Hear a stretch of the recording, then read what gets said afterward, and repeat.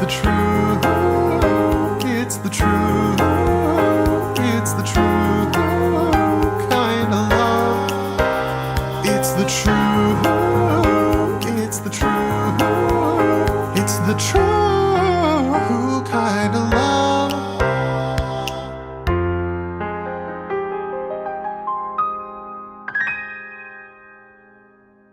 Chapter 31, The Crystal Dream.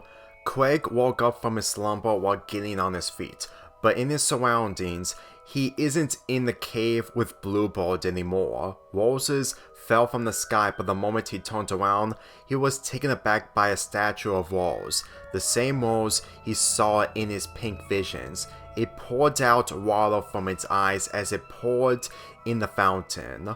Craig looked at his reflection from the water, and his eyes weren't pink. This is so beautiful, he responded. Indeed it is beautiful.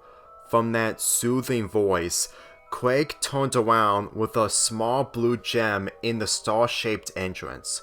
Who are you? Craig took notice. She came out of the shadows in the entrance to reveal herself. Sapphire. She walked up to him. Just when Craig's about to speak from his mouth, Sapphire placed her finger on him. Steven told you about my wedding, and me being part of a fusion. You knew what I was gonna say? Yes, I have future vision. Holy cow. Sapphire paid attention closely to Craig from the way he was stunned in utter disbelief. You should know I'm not the only one here.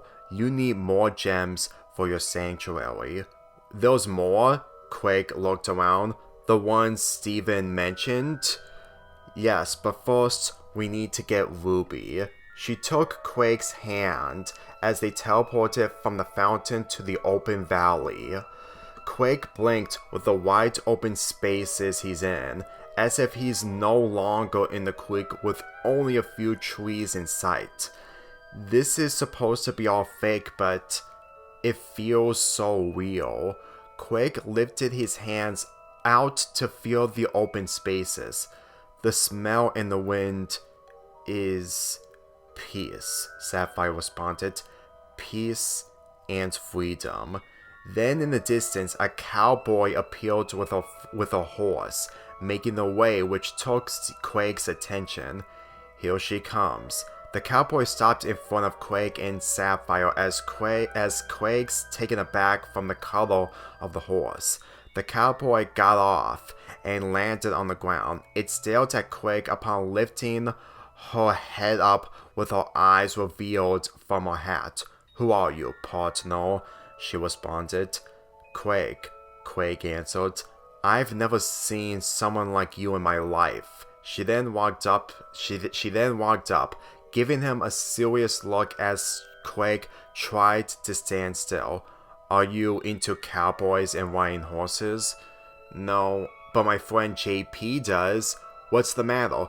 You think riding horses isn't part of freedom? Ruby, Sapphire spoke to the cowboy's attention. If he doesn't like cowboys and riding horses, it doesn't mean he doesn't like that type of freedom. Ruby looked back at Craig as Craig sweated while smiling awkwardly. You've been spared from the Ruby writer. So, I reckon we're not friends? Ruby then grinned while giving Craig a hug. I reckon that you are someone who needs another friend. Craig slowly got into the hug. He wrapped his arms around the cowboy with Sapphire growing a smile. Craig noticed the horse staring at him. Her purple-colored skin mostly bothers him, but there's something he has yet to know about it. So, where do we go now? Craig asked as Ruby broke the hug. They then get teleported again from the valley inside of a 5-star apartment in the hotel. Inside an expensive apartment? Craig rushed to the window with his jaw dropped from the endless buildings he's seen. In a big city, in Empire City, there's no such thing as more than enough, Sapphire commented. Quake headed back to Sapphire, Ruby, and her horse. Who are we meeting? One of Steven's mothers. The lights turned off, with only the spotlight focusing on the stairs, catching Quake's attention. 4 people in tuxedos with hats came down the stairs, stopping in front of Quake as he took notice of their appearances. Another from his pink visions, only this time, he witnessed colors of yellow, blue, pink, and mostly aquamarine. Pause, he responded. Correct, Yellow Paw responded as she took off her hat. But which one is Steven's paw? Pink Paw taking off her hat. There can only be one crystal gem. Blue Paw taking off her hat. When Quake saw the last paw taking off her hat, he looked closely at her hair. Even from his pink vision, his memory hasn't been wiped from any of the shapes he saw. She's the real Paw, he pointed at her. Clever kid, Paw smiled. How do you know? It's hard to believe, but I've had pink visions to see any gem at random. Pink eyes. That's something Steven doesn't have. It's highly unusual for a kid without a gem to have that power, Yellow Paw commented. Quake knew that something except Sapphire wouldn't know the true meaning of all this, but since he's not in the cave in any hostile danger, it'll never hurt for how respectful the gems are. Steven gave me this power because the paws paid attention while Sapphire, Ruby, and the horse did the same. He put saliva in my ear. Paul couldn't believe it, but she was surprised that this type of magic affected a kid's mind. A visual illusion, she responded. Even when Steven's gone, he still has new powers to unlock. Ruby replied. This time, this kid has a power thanks to him, Blue Paw said. Do you think I should talk to some other gem about this? Quake asked. We'll take you to her right now. Sapphire spoke as she and the others teleported one more time with Paul coming along. The final location they went to is the beach, with the sky purple with pink appearing on the clouds. Both Ruby and Sapphire walked past Quake as he watched them with the ocean waves behind them. This is a beach. Have you ever been to the beach? Yes, Quake looked around, but I've never seen a beach with these colors. It's surreal, but I really like it.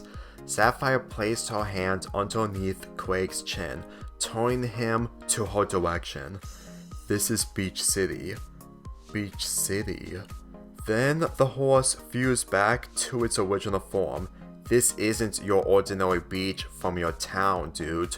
Whoa, Quake reacted. Really, Amethyst? Paul retorted. What? I had the least first impressions by being the horse while you had it better, Amethyst said. I needed a horse to ride, Ruby replied. It's not my fault his dream gave you the short end of the stick. Quake stood in place while learning that everything he's experienced is all a dream. So all of this isn't real? It wouldn't be real. However, with you having the visual illusion, Sapphire spoke, what happens in your mind makes anything real on the outside, including your dreams. If it's possible, am I talking to you all as the real?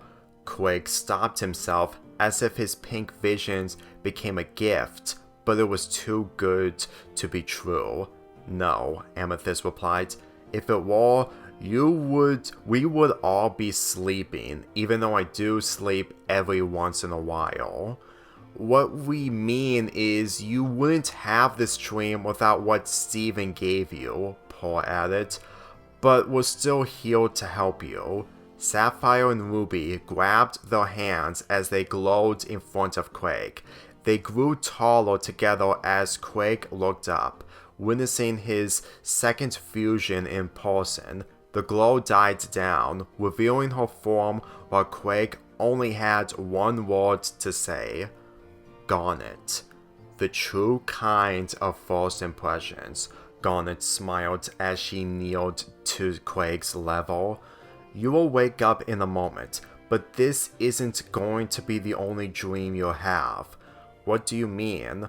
There's more gems who want to meet you, but there's not enough time. But I will let you know how you can get rid of your visions. Garnet took off her shades, looking at Quake with her 3 eyes. Have Steven take you to Beach City to meet us in the real world. What? Quake reacted. You can't have them removed in any other way. It's hard to believe, but when you meet us in the real world, we could find a way to turn you back to normal. Quake thought that FaceTime is the only way he'll ever see the crystal gems face to face, but if this was just a regular dream, Steven would have been gone with his imagination doing all the work. I want to go, but I don't know what Steven would feel. We don't blame Steven for leaving, but it was bound for him to come back. Paul walked up to Quake. We didn't expect you out of all the people who would make it possible. Since he left, we thought he would come back years down the line, but not after a few months. Amethyst also walked up. But once I tell him about this, he's gonna have to deal with my parents, who won't even allow him to take me. Quake then sighed, knowing there's more going on outside of his dream. If they find out about Bluebird, I'll never ever go to Beach City. Don't bring that down between you and your parents, Garnet replied. Xavier is responsible for it, not you or Steven. You know he wants to go to this place and also Homeworld. Yes, but at the end of the day, he's a kid with no real power. But there's a way to defeat Bluebird. Fuse into Steven. He tried to, but we got interrupted. You still have your chance. It may not happen tomorrow or the next day, but you will fuse with Steven. Garnet then used her hand to get a spell of magical shades. I see the future in the real world. Only because of my pink visions? Yes, and know this. She placed her hands on Quake's arms. We enjoy seeing new fusions when Steven fuses with us. So many possibilities happen when a new fusion happens, Paul commented. And how awesome it'll feel, Amethyst added. Quake wished the fusion happened yesterday when he had the chance, but if the time is right, it has to be in good use. You did say that Steven has unfinished business just like I do with him. Then you have unfinished business with us when you have your next dream. Garnet kissed Quake's forehead with sparks on it. Quake's surroundings bathed in a pink hue, getting a future vision thanks to Garnet.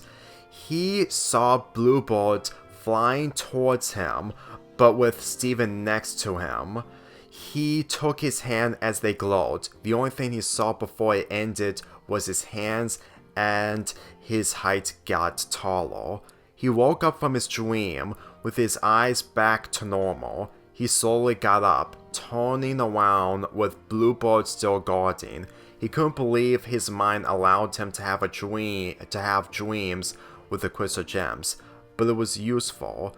When Bluebird was about to attack in his future vision, it was in the creek, not the forest of Beach City.